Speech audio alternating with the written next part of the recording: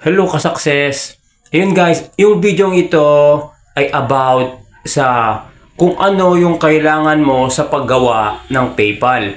Okay, ginawa ko na ng video before to guys kasi may nagtanong sa atin kagabi tsaka kaninang umaga. Kulang na replyan.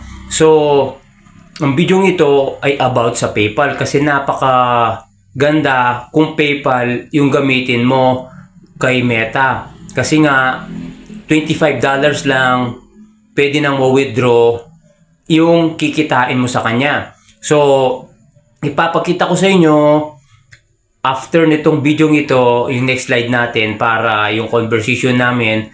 At makita mo rin yung video kong ginawa before kung ano yung kailangan mo bago ka gumawa ng PayPal account. Okay? Para dire-diretso yung paggawa ng PayPal account. Next slide tayo para pakita ko sa iyo yung conversation namin. Okay? Next slide tayo. Ayan guys. Yung ano namin, yung si Ma'am Nene Ruth yan guys ha. Ayan, sinend niya sa akin yung image. Ayan guys. In stream ads, make money by including ads on your videos. Ayan nakalagay setup. Okay? And then, kahapon guys, nireplyan ko. Sabi ko dito, yan, sabi ko sa kanya, yan, set up nyo lang po in stream ads po. Kailangan nyo po ng TIN at bank account number po, ma'am. Tapos, ang sabi niya, na-close na po, na-close na po ang bank account ko, sabi niya. Ang sabi ko naman, mag-open po kayo ulit, ma'am. Tapos, kung may PayPal po kayo, gawa din po kayo. Maganda po kasing PayPal, $25 lang, makukuha na po. Sabi ko sa kanya. Tapos sabi niya, guys, ganun ba sir? May video ka ba or tutorial about sa pag-setup? Sir, sabi niya. Sabi ko, pag-setup ng PayPal po ba? Sabi ko. Tapos dyan po sa dalawa, PayPal po at in-stream ads. Tapos sabi ko, in-stream ads, sundan lang po yung instruction. Pag pinindot mo kasi yung ano setup guys sa in-stream ads mo, sa dashboard mo, may instruction na doon, dire-diretso na, sundan mo lang.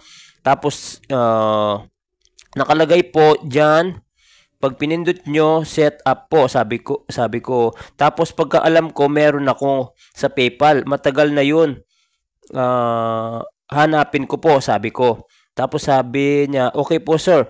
Tapos yung in-scroll ko yung mga Facebook ko guys, video, may ginawa akong video about sa PayPal kung ano yung mga kailangan bago ka gumawa ng PayPal account. Okay? Tapos sinabi ko sa kanya, isinend ko dito sa Messenger, tapos sabi ko sa baba, ayan, ito, ihanda nyo po muna mga ito, ma'am. Tapos, sige po, sir, sabi niya. Salamat. Tapos, i-click natin to guys, ha. I-click natin to, sinend ko sa kanya.